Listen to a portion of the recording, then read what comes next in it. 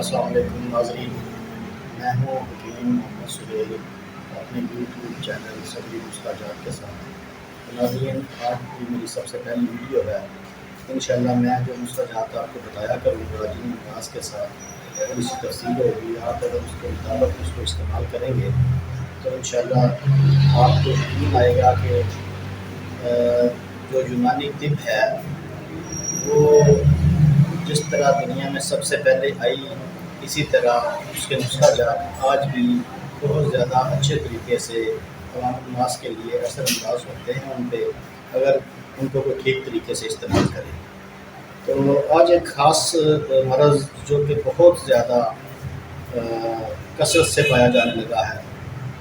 عام لوگوں کے بیچ میں، وہ ہے یورک ایسڈ۔ اس کی مین وجوہات آپ کو بتا دیتا ہوں کس وجہ سے ہوتا ہے۔ ایک تو یہ ہے کہ آج کل جو نیچرل فوڈ ہے، ہماری خالص جو غذائیں ہیں وہ ناپید ہو گئی ہیں، اس کی وجہ سے یورک ایسڈ کی زیادتی عام انسانوں میں زیادہ ہونی شروع ہو گئی ہے، اور اس کا اخراج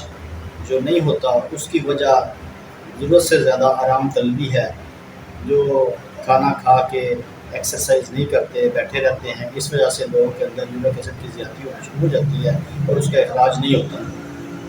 جو بھی خوراک ہم کھاتے ہیں اس کے بیچ میں جو غیر ضروری مادے ہوتے ہیں ان کو گردے بڑے اچھے طریقے سے واش کر دیتے ہیں، اس کے بعد کوئی چیزیں وہ نقصان نہیں دیتی، اور جب کسی چیز کو غذا کے ذریعے یا اخراج کے ذریعے خارج نہ کیا جائے تو پھر وہ نقصان دینا شروع کر دیتی ہیں۔ تو زیادہ تر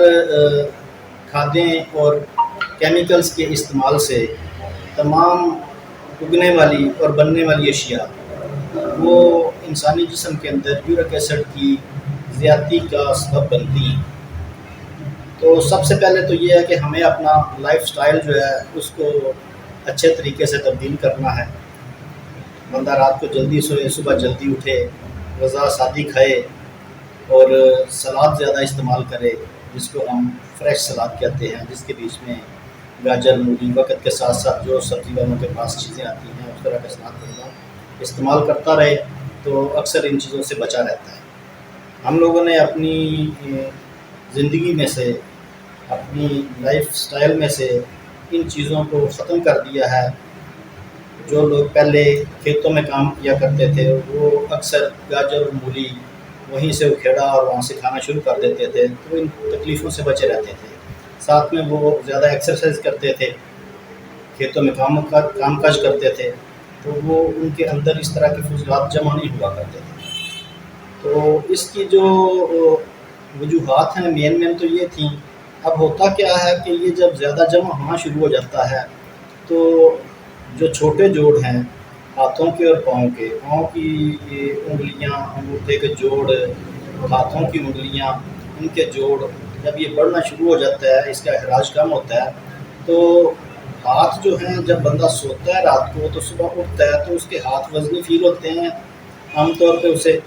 اس کی جو انگلیاں ہیں ان کی موومنٹ، ان کی حرکت، اس کے بیچ میں انسان کو تکلیف ہوتی ہے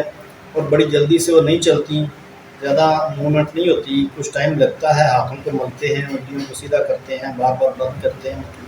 بار بار کھولتے ہیں، اس کے بعد جا کے وہ ان کی موومنٹ ٹھیک ہوتی ہے۔ جب اس سے زیادہ بڑھنا شروع ہو جاتا ہے تو ان جوڑوں کو ہلکی ہلکی درد ہونا شروع ہوتی ہے، پھر وہ درد بڑھ جاتی ہے،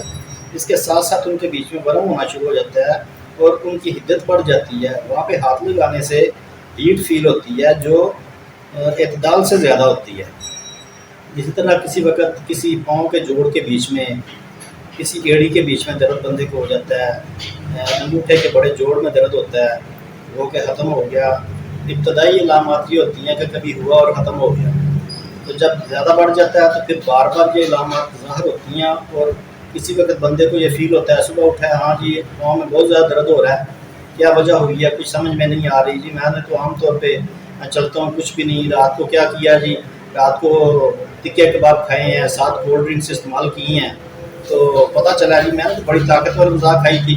سو گئے، اس کے بعد صبح اٹھے وہ پاؤں زمین پہ لگ نہیں رہا، پاؤں سے چلا نہیں جا رہا، پاؤں کے اوپر وزن نہیں آ رہا، تو کیا ہوتا ہے ان صاحب کا جو اس کا لیول ہے آہستہ آہستہ بڑھتے بڑھتے جو میکسیمم رینج ہوتی ہے اس کو عبور کر چکا ہوتا ہے۔ اور اس کے ساتھ ساتھ یہ ہوتا ہے کہ مختلف انسان جو ہیں ان کی مختلف ٹالرنس ہوتی ہے، مختلف برداشت ہوتی ہے۔ کچھ میکسیمم رینج تک جانے پہ بھی اس کو برداشت کر پاتے ہیں، وہ جب بڑھ جاتا ہے اس سے بھی زیادہ ہوتا ہے ان کو تکلیف فیل ہوتی ہے۔ اور جس سٹیج پہ بھی ہو، جب انسان کی قوت برداشت ختم ہو چکی ہو اور اس کو یہ چیزیں فیل ہونی شروع ہو گئی ہوں، ٹیسٹ کرانے پہ یورک ایسڈ کی زیادتی ٹیسٹ کے بیچ میں شو ہو گئی ہو، تو اس کے بعد اس کو چاہیے کہ جو پرہیزیں ہیں خاص طور پہ وہ کرے، کیونکہ پرہیز علاج سے بہتر ہوتی ہے۔ اس کے بیچ میں مین پرہیزیں آپ کو بتا دیتا ہوں، جس کے بیچ میں چنے کی دالیں، اور سبزیوں میں آلو، گوبھی، پالک، مٹر، ٹماٹر، اس ٹائپ کی جو جتنی بھی چیزیں ہیں، مطلب جن میں تمام مادی تاثیر رکھنے والی چیزیں ہیں، چاہے وہ پھلوں میں ہوں کسی چیز میں بھی ہوں، وہ ہے۔ پھلوں میں مین چیز گرمیوں کے بیچ میں تربوز آتا ہے، تو تربوز جو ہے وہ انتہائی نقصان دہ ہے۔ اسی طرح گرمیوں میں لوگ اچار استعمال کرتے ہیں، سردیوں میں بھی کرتے ہیں، ساتھ اس کے لسی استعمال کرتے ہیں، لسی بھی مادی تاثیر رکھتی ہے۔ اسی طرح گرم مسالہ جات جو ہوتے ہیں وہ بھی نقصان دہ ہیں، اور سبزیوں میں مٹر بھی۔ اسی طرح گوشت خاص طور پہ ریڈ میٹ جس کو کہتے ہیں، بڑا گوشت جس کو کہتے ہیں، وہ اور تمام گوشت، پرندوں کے گوشت کے علاوہ تمام گوشت جو ہیں ان سے پرہیز کرنا چاہیے۔ اچار سے خصوصی طور پہ پرہیز کرنا چاہیے، لسی سے پرہیز کرنا چاہیے، اور پالک تو بالکل نہیں کھانی چاہیے۔ اور جتنی بیکری کی بنی ہوئی آئٹمس ہیں،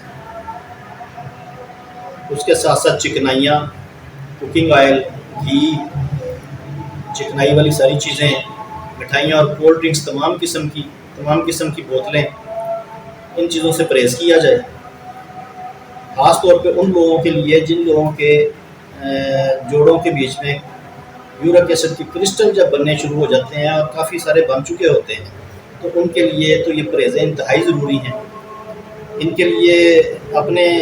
صدری جو مجربات ہیں، نسخہ جات ہیں، ان میں سے میں ایک نسخہ لکھواتا ہوں، میرے خیال میں سب کے لیے وہ کافی ہوگا، وہ لکھ لیں۔ اس کے ساتھ ساتھ جو خوراک کی پرہیزیں ہیں وہ نوٹ کر لیں، کہ تمام قسم کی جو میڈیسنس ہیں ان کو ایک طرف کر دیا جائے، اور اگر کدو کا رائتہ بنا کے ایک ڈش بھر کے، کدو کا رائتہ اس طرح بنانا ہے کہ کدو کش کر کے، کدو کو لے کے کدو کش کیا، اور اس کے بعد اس کو بوائل کر لیا۔ بوائل کرنے کے بعد اس کو دہی کے بیچ میں اچھی طرح سے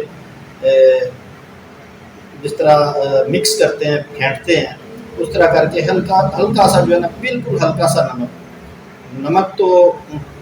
ویسے پرہیز میں شامل ہے کہ بہت زیادہ یورک ایسڈ کو بڑھاتا ہے، لیکن آپ ذائقے کے لیے ہلکا سا نمک یا کالا نمک اور کالی مرچ، اس کا پاؤڈر باریک کر کے اس کو تھوڑا سا اپنے ذائقے کی حد تک اس کدو کے رائتے میں استعمال کر سکتے ہیں۔ جو بندہ ایک ڈش دوپہر کے وقت یہ یوز کرتا ہے، وہ سمجھے کہ ایک دن کی پوری میڈیسن جو ہے نا وہ ایک طرف کر لے، اور اس ایک خوراک کو ایک طرف کر لے، اتنا اس کو فائدہ ہوگا اس سے۔ ساتھ میں چھلکا اسبگول کا استعمال کرے رات کو سوتے وقت، وہ بھی بہت اچھا ہے اس کے لیے۔ اور جو نسخہ میں بتانے لگا ہوں اس کا باقاعدہ استعمال کرے تو انشاءاللہ چند ہی دنوں میں اس کو بہت زیادہ فائدہ ہوگا۔ نسخہ یہ ہے اس کے لیے کہ کالی مرچ، ہم اپنی طب میں اس کو فلفل کہتے ہیں، فلفل سے آپ 10 گرام یہ لے لیں۔ یہ جو چیزیں بتانے لگا ہوں یہ پنسار اسٹور سے آپ کو مل جائیں گی آسانی سے۔ 10 گرام یہ لے لیں، اور مصبر جو ہے زرد 10 گرام وہ لے لیں۔ اور پنسار والوں کے پاس تمہ پڑا ہوتا ہے، خشک تمہ ہوتا ہے، اس کے بیج نکال لیں، باقی چھلکا اور اس کے اندر کا جو گودا ہے وہ الگ سے تول لیں، 10 گرام وہ کر لیں۔ 10 گرام سنڈ لے لیں، اور نمک سیاہ جو ہے وہ بھی 10 گرام لے لیں، اور 10 گرام ہینگ لے لیں۔ سرنجہ شیریں جو ہے وہ 20 گرام لے لیں، اور کباب چینی یا اس کو سرد چینی بھی کہتے ہیں 10 گرام وہ لے لیں۔ ان کے بیچ میں میتھی دانہ لے کے، ایک میتھرے ہوتے ہیں، ایک باریک میتھی دانہ ہوتا ہے، آپ نے میتھی دانہ لینا ہے، وہ لے کے تو 40 گرام اس کا پاؤڈر کر لیں۔ ان سب کو الگ الگ پاؤڈر کر کے رکھ لیں. اور رائی جو ہے ایک موٹی قسم کی رائی ہوتی ہے دانے، اور ایک باریک ہوتی ہے. جو تھوڑے موٹے دانے ہوتے ہیں 10 گرام وہ رائی لے لیں، اور اسگند ناگوری 20 گرام وہ لے لیں. ان سب کے پاؤڈر کر کے باریک، ان کو باریک چھلنی میں چھان کے تو ایک جان کر لیں. اور تقریباً 90 سے 100 گرام منقہ لیں اچھی کوالٹی کا، اس کے بیچ میں سے بیج نکال لیں، اور ایک ایک منقہ تھوڑے سے پاؤڈر میں اس کو کسی اچھے کھرل میں ڈال لیں، یا جس کو پنجابی میں چٹو بٹا کہتے ہیں، لوہے کا ہامن دستہ، اس کے اندر ڈال لیں اور ساتھ ساتھ کوٹتے جائیں. جب منقے بیچ میں ڈالنے سے آہستہ آہستہ وہ سارا صفوف گولی بنانے کے قابل ہو جائے تو ایک چنے کے برابر اس کی گولیاں بنا لیں، اور ایک گولی اس میں سے صبح، ایک گولی شام کو یہ استعمال کریں. اس کو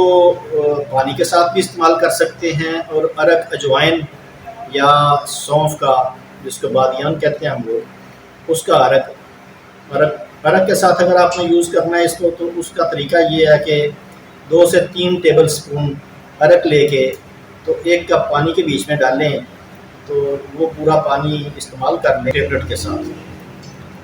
تو اس سے آپ کے جوڑوں کے بیچ میں